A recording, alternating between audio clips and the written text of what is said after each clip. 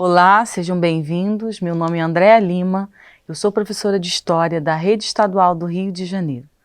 Nesta aula, estudaremos um pouco sobre a Revolução Francesa e a independência das Américas. Bora estudar?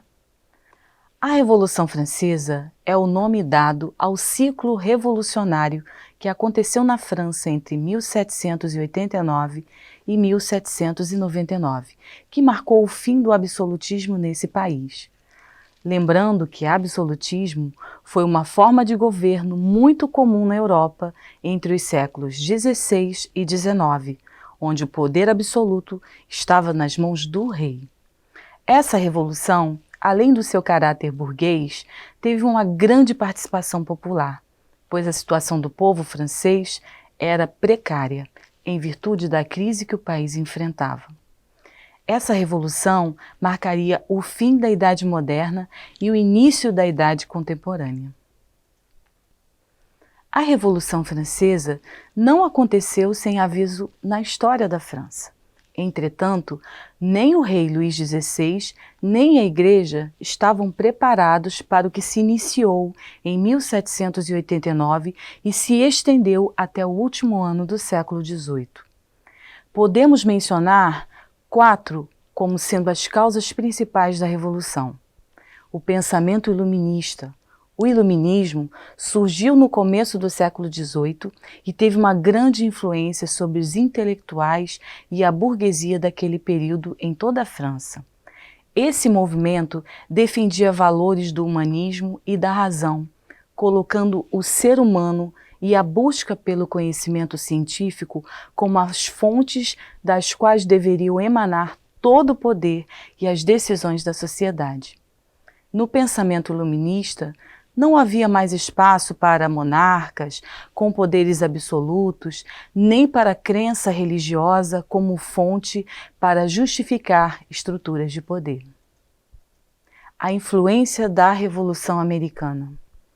Essa revolução foi apoiada por Luís XVI, que enviou tropas francesas para ajudar George Washington na campanha americana, para se tornar independente da Inglaterra, o principal rival político e econômico da França naquele período.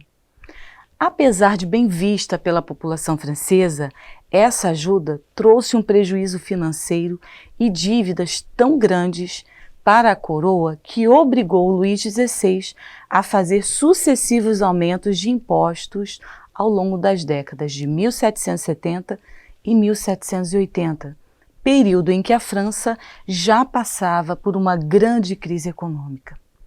A Revolução Americana foi importante também por um motivo simbólico: fortalecer no imaginário dos franceses os ideais de liberdade e de igualdade entre os cidadãos. A desigualdade entre diferentes grupos sociais também foi um outro motivo. Existia uma grande desigualdade entre nobres, membros da igreja, burgueses e camponeses. Essa desigualdade ficava mais evidente por causa da existência de 3 ordens hierárquicas distintas, conhecidas como primeiro, segundo e terceiro estados. O primeiro estado, francês, era composto pelo clero da Igreja Católica. Além do clero ter o poder de influenciar o rei em suas decisões, a Igreja também era proprietária de mais de 20% das terras da França e detinha uma fortuna significativa em ouro e outros bens. A nobreza compunha o segundo estado francês e era formada pelos aristocratas. Essa aristocracia, que baseava o seu poder em títulos, influência, por meio de cargos políticos, representava algo que a Revolução queria derrubar: os privilégios. Os 2% da população formados pelo clero e pela nobreza desfrutavam de diversos privilégios. Eles não pagavam impostos, tinham pensões vitalícias, eram julgados em tribunais especiais, sendo favorecidos pela lei, possuíam cargos na administração pública e postos de comando no exército. O terceiro estado era composto pela burguesia que estava nascendo na França naquele período, pelos trabalhadores das cidades e pelos camponeses, sendo que esses últimos correspondiam a quase 80% do total da população francesa. A burguesia estava se tornando economicamente relevante na França nos anos pré-revolução, mas não via esse mesmo crescimento acontecer com o poder político. Os camponeses, por sua vez, eram as pessoas sobre as quais recaíam a maior parte dos impostos, às vezes tendo de entregar até 1/10 de suas colheitas. O trigo era o produto mais importante para a economia francesa e, em especial, a principal fonte de alimento para quem vivia no interior e nos campos. Dá para imaginar uma crise na produção de trigo? Seria catastrófica, não é mesmo? E foi exatamente isso que aconteceu. Uma crise em conjunto com os sucessivos aumentos de impostos sofridos apenas pelos mais pobres, causando um estado de miséria entre camponeses e trabalhadores das cidades. Houve muitas mortes por inanição e muitos saques, além de conflitos nas ruas por comida. Essa situação obrigou o rei Luís XVI a tomar uma atitude para tentar resolver a crise dos franceses. A decisão do rei foi convocar a Assembleia dos Estados Gerais. Essa Assembleia é considerada o ponto sem volta para as mudanças que estavam por vir. As coisas ficaram bem tumultuadas e o rei cedeu à pressão da população francesa e aceitou a criação de uma Assembleia Constituinte Nacional, formada pelos deputados presentes nas Assembleias dos Estados Gerais, que seria responsável por criar a Constituição da França. O país passaria então a ser uma monarquia constitucional. Esse documento ficou conhecido como a Declaração dos Direitos do Homem e do Cidadão. O primeiro e o mais conhecido artigo dessa declaração dizia assim: os homens nascem iguais e são livres e iguais em direitos. A independência das Américas ocorreu de maneira diferenciada.